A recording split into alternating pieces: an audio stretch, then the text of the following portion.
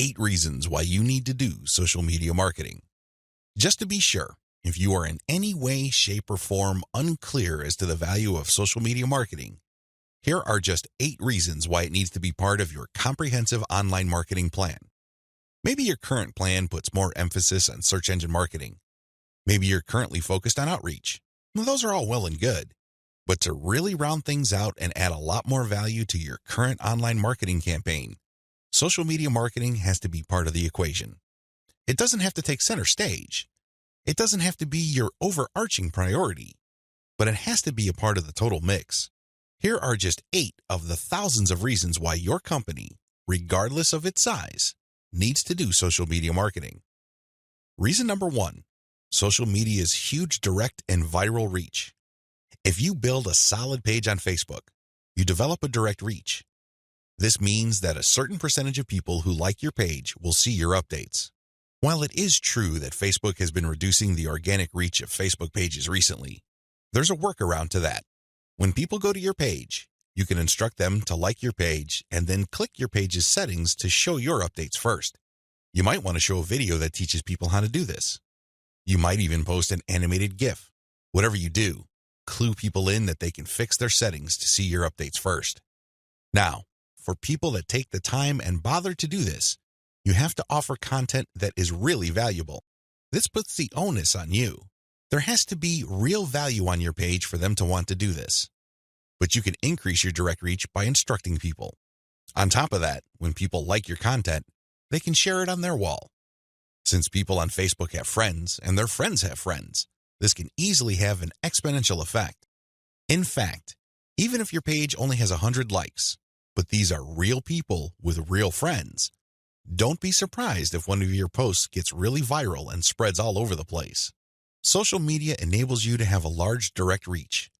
It also provides you with a tremendous opportunity to enjoy an exponential content coverage. Reason number 2, social media is habitual.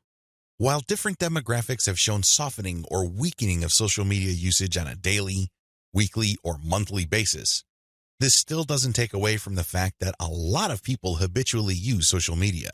In fact, a lot of people do this the first thing in the morning. When they wake up, they go to their mobile phone or tablet and check their updates. It can easily become a habit. This gives you a tremendous opportunity to get your content and brand in front of many interested eyeballs. Reason number 3, target audiences use different content formats. The great thing about social media marketing is that you're not restricted to just one content format. You're not restricted to video, pictures, links, blog posts, text, or audio files. Instead, different platforms specialize in different formats. And when you create content for one platform, you can easily make different versions of it in different formats to spread out to other platforms. For example, I write a blog post and post it on Facebook. I create a very attention-grabbing graphic for that blog post. So when I post it on my Facebook page, a preview of the image shows up and it grabs a lot of attention. People click on it and they end up on my website. I can take that graphic and share it on Pinterest. I can take the text of my blog post or article and create a slideshow video out of it and share it on YouTube. I can also take that video and embed it in my blog post.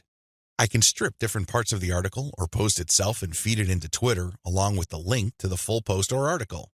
Do you see how this works? You get access to the different audiences or those different platforms by simply repurposing or recycling the same content that you made for one platform and sharing those other formats on other platforms. This increases your potential reach. Reason number 4, most social media platforms can be segmented. If you've ever been to Instagram, you know that when you see a picture, it usually has many different tags. If you've been on Twitter, you'd see that a lot of the hot tweets also have hashtags. Those tags are very valuable. When you use a tag with your content, you are essentially categorizing your content. People use those tags to search for content. This is a very powerful segmentation tool. People who are looking for cute Chihuahua puppies will use certain hashtags that are different from people looking for libertarian political posts.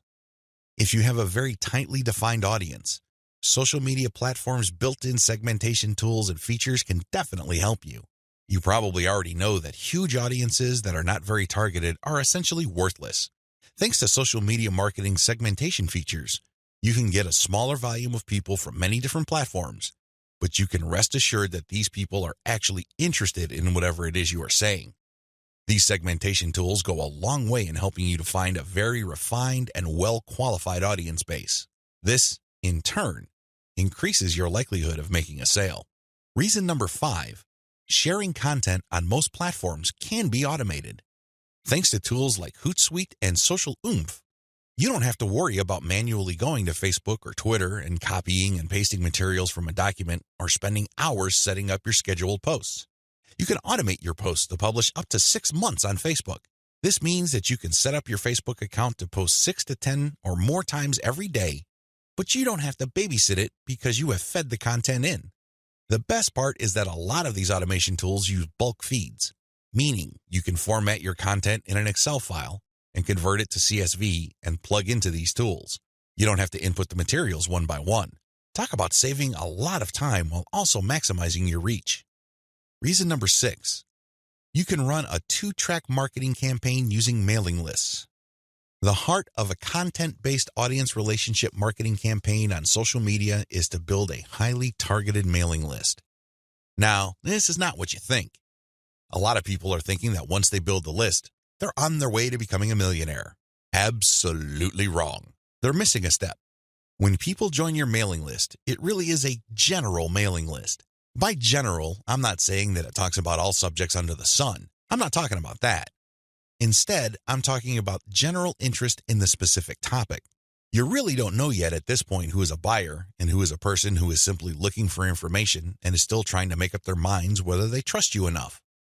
You create a general list, and then eventually you try to upsell them to a buyer's list. And how do you do that? Well, you sell low-cost items on your general list. You can sell a booklet for $1. It doesn't really matter what the price is. It has to be very low because what you're really trying to do here is that you're trying to give people a means to identify themselves as a buyer, and you want to make it as smooth and easy as possible. $1 is almost an afterthought to most people. They won't think that it's too painful to buy your product. But once they get to your buyer's list, you eliminate them from your general list, and now you have a pure list of buyers. That list, my friend, is a gold mine. That's where you send your money-making updates. That's where you get people to check out your case studies and get them to pay top dollar for whatever affiliate programs or original products you are pushing on your buyer's list. This is called a 2-track marketing campaign. It's extremely powerful, and it has made a lot of people rich. But you have to step away from the very common mistake of thinking that once you get a lot of people to your mailing list, you have it made. Absolutely wrong. There is another step that you need to take. Reason number 7, your brand gets natural repetition through multi-platform marketing. Assuming that all your social media accounts on all 4 major platforms look similar to each other, you get many bites at the apple. You really do. When people run into your brand on Facebook, there's a chance they might run into your brand on Twitter. If there is enough graphical similarity between your brands, then they can see that you're all over the place, and they can converse or engage with your brand regardless of where they are on the internet. Eventually, this builds a tremendous amount of familiarity, and people might become so comfortable that they join your mailing list when you call them to action.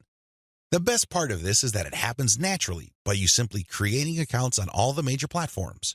Your brand speaks to people who are interested in your niche, regardless of where they go. Reason number 8, save money through content repurposing. Make no mistake about it, content generation is expensive. Even if you hire highly qualified, talented, skilled, and experienced people from countries with huge numbers of people who speak English as a second language, you can still be out thousands of dollars every year. High-quality writers from places like India, Pakistan, and the Philippines may be cheaper than American writers, but their costs still add up over time. One of the things about social media marketing that really excites me is the fact that you can create content and repurpose it into many different formats. This reduces your cost. If I hire a writer from India and pay that person $1,000 a month, I can get a fixed amount of content. At this point, I can choose to pay that person another $1,000 to get even more content, or I can take whatever content he or she produced and turn them into videos, infographics, or strip them down into questions for tweets. I can turn them into diagrams.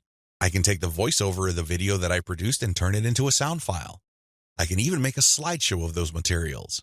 Once I have all this repurposed content, then I can share them on format-specific platforms. For example, I can share the slideshows on SlideShare. I can post the infographics on Pinterest. I can post the product shots or general product pictures on Instagram. I can post the questions on Twitter. I can also post the videos on YouTube. Best of all, I can post all the formats on Facebook. Do you see how this works? When you do this, you buy content once, repurpose it, and share it so you get a higher chance of getting traffic or visibility with that repurposed content. You're not creating content constantly. In fact, the name of the game is to produce as little content as possible, but market these high-quality pieces widely. This is how you maximize their value. The old idea of constantly publishing content just to get a few eyeballs here and there is dead. Seriously, that's a one-way ticket to the poorhouse. Your better approach would be to make that content work for you by converting it into many different formats. You then share these different formats on platforms that specialize in those formats. I hope the 8 reasons above are clear and that you are pumped up to do social media marketing right. In video 3, we're going to talk about picking a social media marketing campaign that is most likely to produce results for your type of online business. See you there. You need to modify your social media marketing campaign based on your online business type.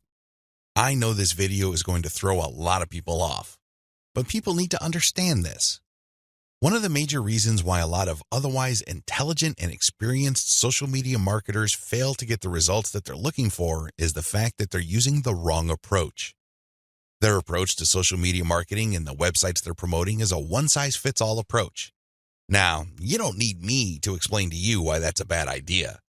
It doesn't work in most areas of your life, and it definitely doesn't work when it comes to social media marketing.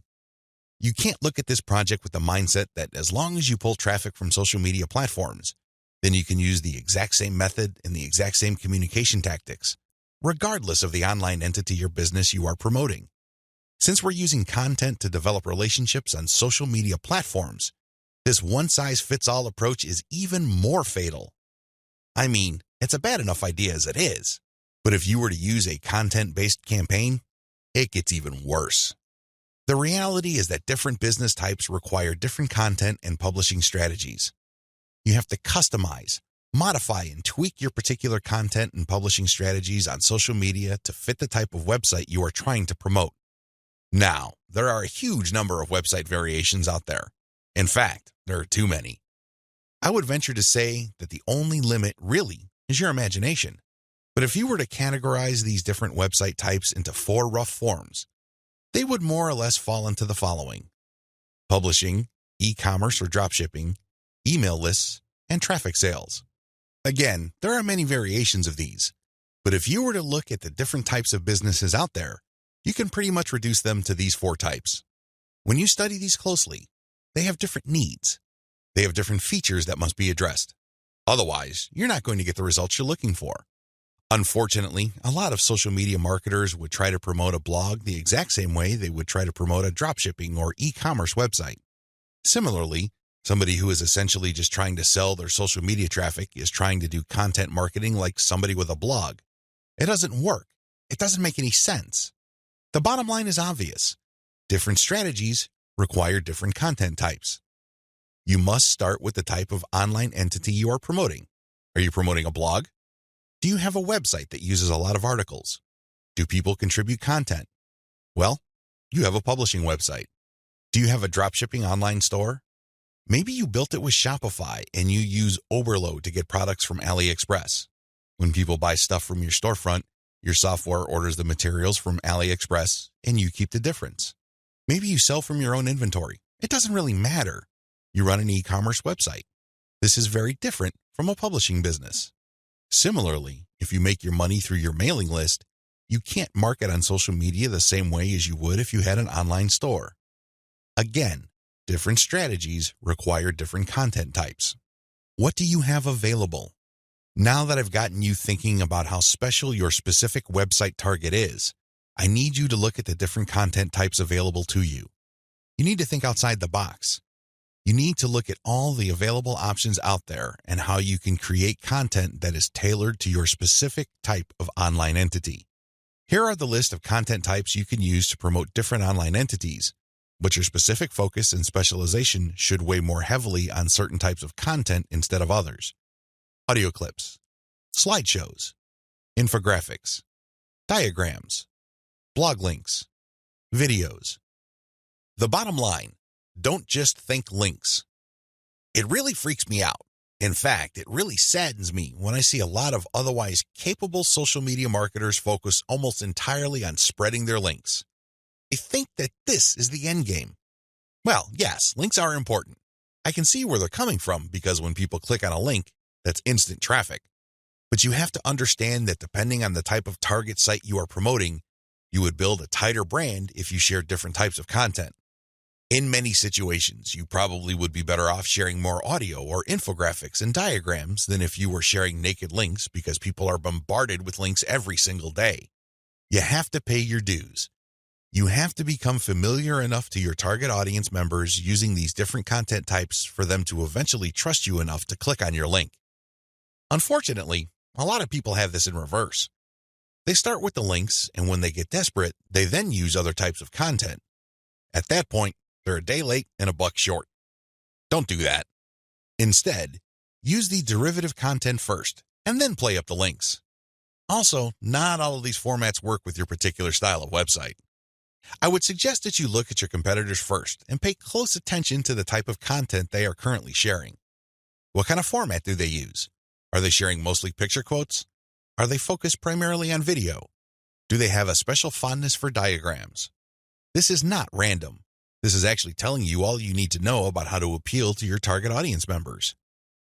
This is no time to be revolutionary and come up with something new completely out of left field. That's not going to work. There's a reason why your competitors are not doing this. At this point in the game, you should focus on what everybody else is doing and reverse engineer their formats. Once you have established a distinct brand, then you can experiment with different formats, different ways of doing things, and possibly coming up with something that is distinct to your brand. But until and unless you reach that point, you need to focus first on reverse engineering what everybody else is doing. In other words, let them do your homework. Focus on what they're doing right and build on it. Figure out their areas for improvement and come up with a more compelling offer. Pay attention to what they're not doing. Avoid those because obviously it doesn't pay. I hope I'm being clear here. Make sure that your content types as well as your sharing strategies fit the type of business you're in. A little bit of reverse engineering can definitely go a long way. The classic way to do social media marketing and why it is a waste of your time. Before I jump into the actual meat and potatoes of this training, I need to devote some real estate to how other people are doing social media marketing. I need to do this because it's very tempting for people to engage in the same practices. I can see where they're coming from. It is easy. It's like seeing some chump change in front of you, and it's almost irresistible to fight the urge of bending over and picking up that change. But when you do that, it will throw you off. It will give you a false sense of incentive or reward, and don't be surprised if you end up giving into your worst instincts, only to walk away with less than nothing. This happens all the time because human beings, being the way they are, would always take the path of least resistance. Who can blame them? But by warning you about how this works out, it is my hope that you stay away from this and focus instead on investing your time, effort, and energy on the right way to do things. The classic approach to social media marketing. So what is the classic approach to social media marketing? Well, it's actually quite simple. Whether we're talking about Instagram, Twitter, or Facebook, you need to only follow, like, or friend people who are interested in your niche. You connect with all these people, and then after you have followed them, a lot of them would actually follow you back. For example, on Twitter, for every 100 follows, don't be surprised if maybe 20 to 30 people follow you back. Now, this is where it gets really bad. Classic social media marketers would then spam their followers. They would just send all sorts of unrelated garbage, and then they would unfollow. Do you see the pattern? Follow, get followed, spam, unfollow. I wish I could tell you that they do this sporadically, but instead, these self-professed professional marketers use all sorts of sophisticated software to do this. Up until a few years ago, this worked like a charm. This was a great way to get a lot of Twitter traffic, but not anymore. This pattern instead can get you banned. More importantly, whatever traffic you do manage to get using this tactic is not going to be any good. Why? There's no targeting. You're not pre-qualifying these people who would follow you. The only reason why they followed you in the first place is because you followed them first. Where's the selection there? Where's the targeting there? Now, you can make wild guesses, but ultimately, it's a volume game and it leads nowhere. The return on effort is not there. I'm not saying that you can't make any sales doing this technique. I'm not claiming that. But what I'm saying is that whatever rewards you get are not offset by the wasted time, effort, and energy, as well as opportunity costs involved. You're better off using a quality-based approach. Audiences are looking for quality. The bottom line to modern social media marketing is to use quality content. Your content will speak for you. Your content will do the pre-sales job regarding your brand. In other words, your content is your representative. It speaks to the values you want your brand to be associated with. The sad reality, even if the follow, get followed, spam, and unfollow technique still works for some people, the rules have changed. Social media platforms will reward or punish you based on engagement. If you want an extreme example of this, just look at Facebook. Facebook used to be a traffic gold mine. Not anymore. You need a really high level of engagement to preserve your reach on Facebook. If you get normal levels of engagement, good luck. That's how bad things are. And that's why I need to take this time to spell out why this classic social media marketing no longer works. Other failed methods. I would be remiss in my duty to educate you on failed social media marketing strategies if I don't also mention other failed techniques. First, hashtag hunting no longer works. This technique involves marketers finding hashtags that are trending. They basically would publish niche-specific content, but use unrelated or irrelevant hashtags and pair them with their content. They do this because they want to hitch a ride on the upward trend of those hashtags. They know people are searching for those hashtags.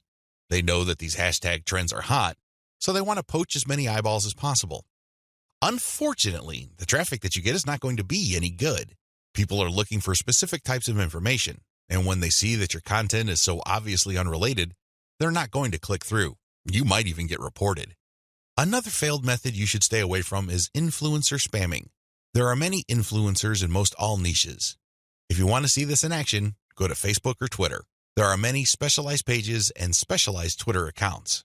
Now, constantly mentioning those influencers on your content is not going to help if your content doesn't really add any value. There has to be a reason why you are engaging with these influencers, and drawing their attention is not enough. Getting them to look at your content because you think your content is hot is a lousy idea. Instead, you should focus your engagement tagging based on what they did. For example, if an influencer was talking about recent trends in athletic shoes, then that person would be fair game for an article I post regarding the latest trends in athletic shoes and what they mean in terms of the bottom line of large footwear apparel companies. That influencer would be directly interested in what I have to say because I'm sharing content that is not only high quality, but is directly related to stuff he or she is already talking about. Do you see the specificity here? Do you see the direct link? Now, compare this with an influencer who talks only about Forex, and I tag that influencer when I'm talking about Bitcoin. That person's going to get annoyed. Do you see the difference? Finally, automated publishing with no outreach is not going to work. Basically, what you're doing is throwing spaghetti on the wall and hoping something sticks. If you're just publishing content on an automated basis on Twitter, Facebook, Pinterest, and other platforms, it's anybody's guess whether people would actually engage. You have to do some outreach. You have to draw eyeballs to your content. You have to find existing pools of highly qualified audiences and get your social media account in front of their eyeballs. Use your very best content. If you do this right, your automated publishing on social media will be greatly rewarded. Use a shotgun approach and you're probably going to get the same results as other failed social media marketers.